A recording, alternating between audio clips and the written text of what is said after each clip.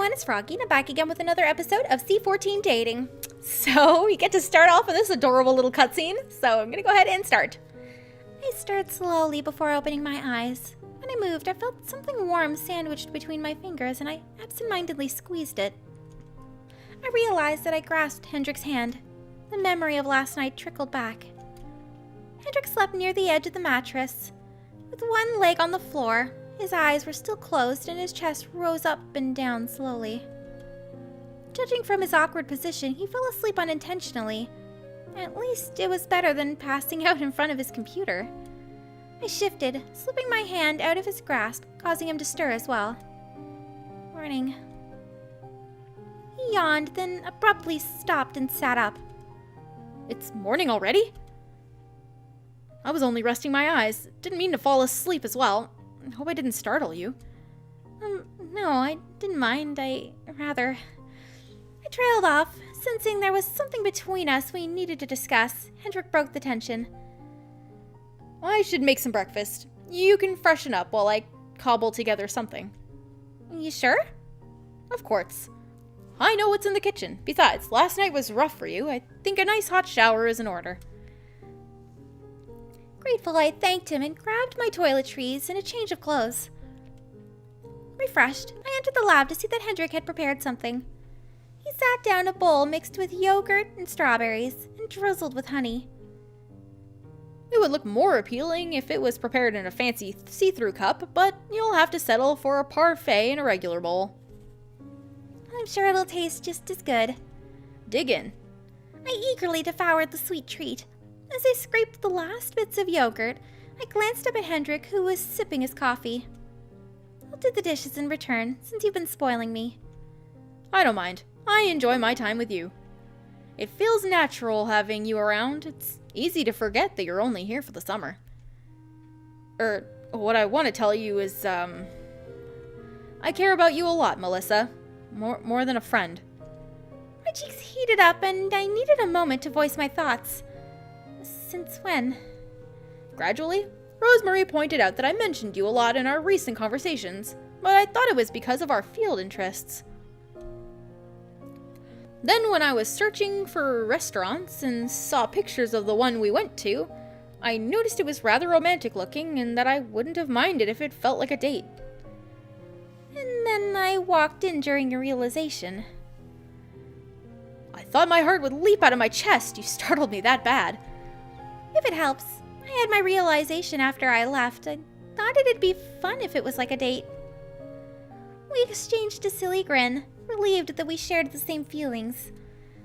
It does complicate things, though. Is there something wrong? Well, technically, I have a teaching role here. I may not be an instructor, but I still assist students and influence their grades with my input. The last thing I want is to get you into trouble because of me, and there's a lot of trust placed upon me. Not just by my uncle, but also the teachers and the facilities. Local students or not, I have a position of responsibility. I knew you were helping out, but I didn't think... Shoot, if people thought you were involved with a student, I'd hate to get you into hot water because of me. I'm sorry, I should have been more aware. You really don't give out the teacher vibe. Yeah, people tend to point that out. I have a geology background, not teaching, and I'm still young. At least, I think 28 is young. Should we keep it strictly professional from now on? We could just put it on hold until your field school is over and then discuss it then.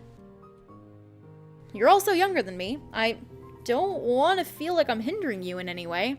You'll have many opportunities presented to you, and then there's the long distance.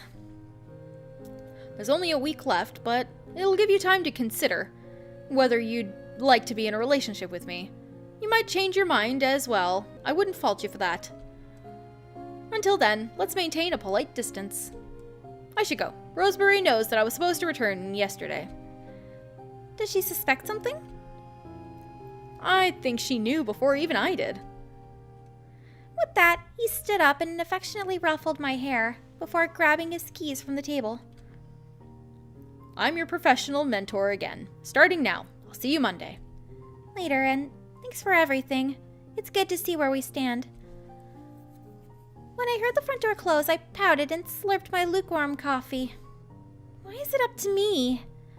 Although I understood why he encouraged me to think it over, it wouldn't be the easiest relationship, and I've only known him for less than 2 months. Maybe he was worried I'd jump into it without being serious. But still, I felt he underestimated me a little. Standing up, I grabbed my empty cup and noticed the forgotten mug by Hendrik's seat. I smiled as I picked it up. Routine. Yeah, I can get used to this. Alright, let's see here.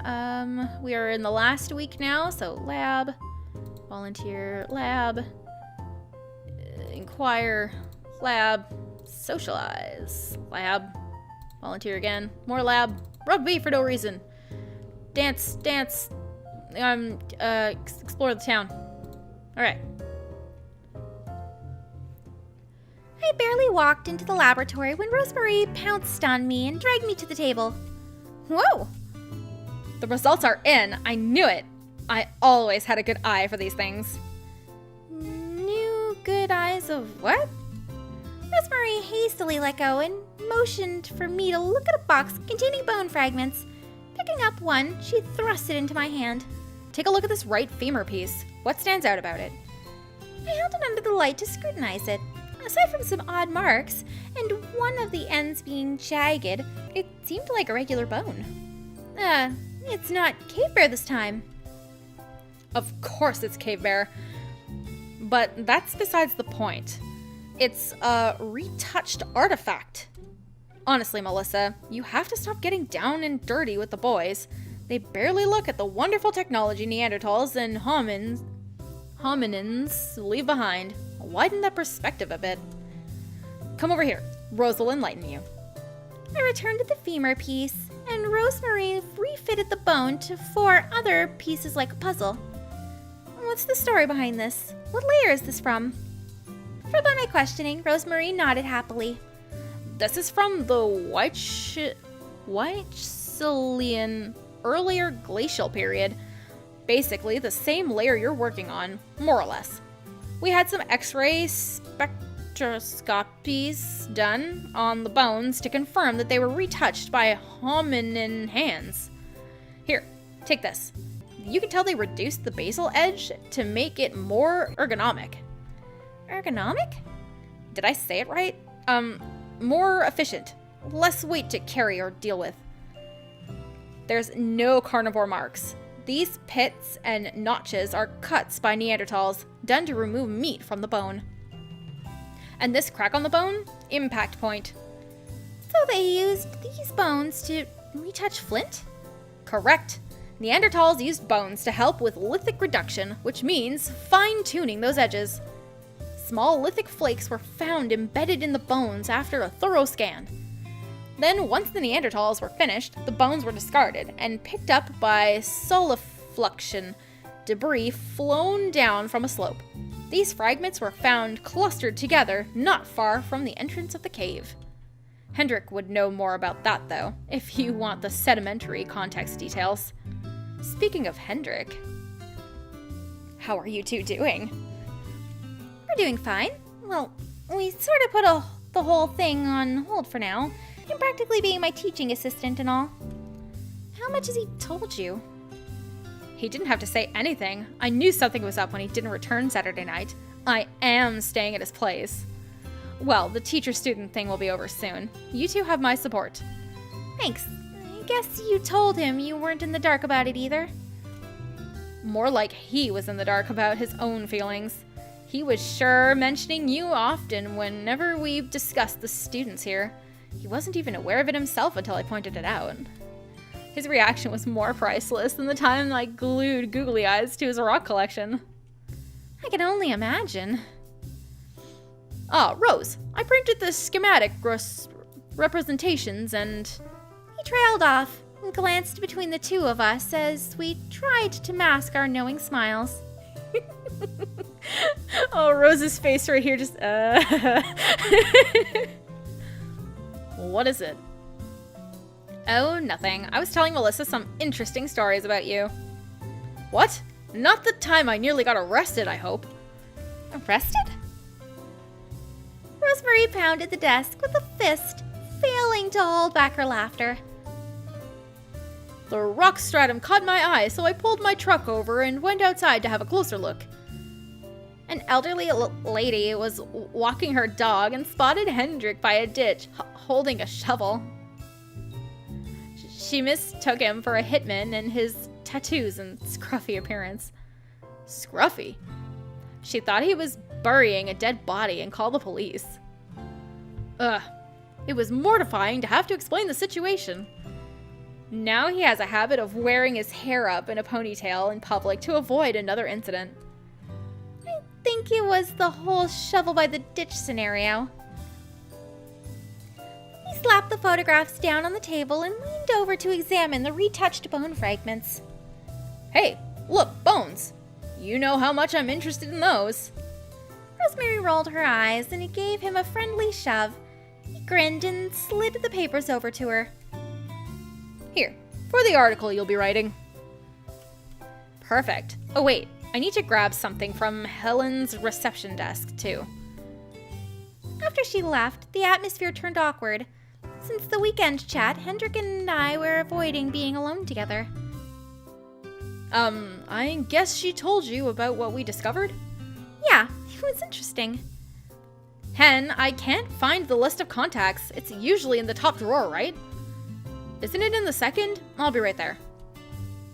He turned to leave, and I reached out on impulse, tucking the end of his sleeve.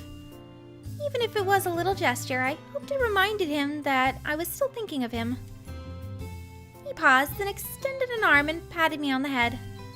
The week will be over before you know it. Hang in there. Yeah. Alright, well I'm going to go ahead and end this episode here for today. Hope you guys enjoyed it. If you want to see more videos from me, then don't forget to like, comment, and subscribe. Thanks for watching.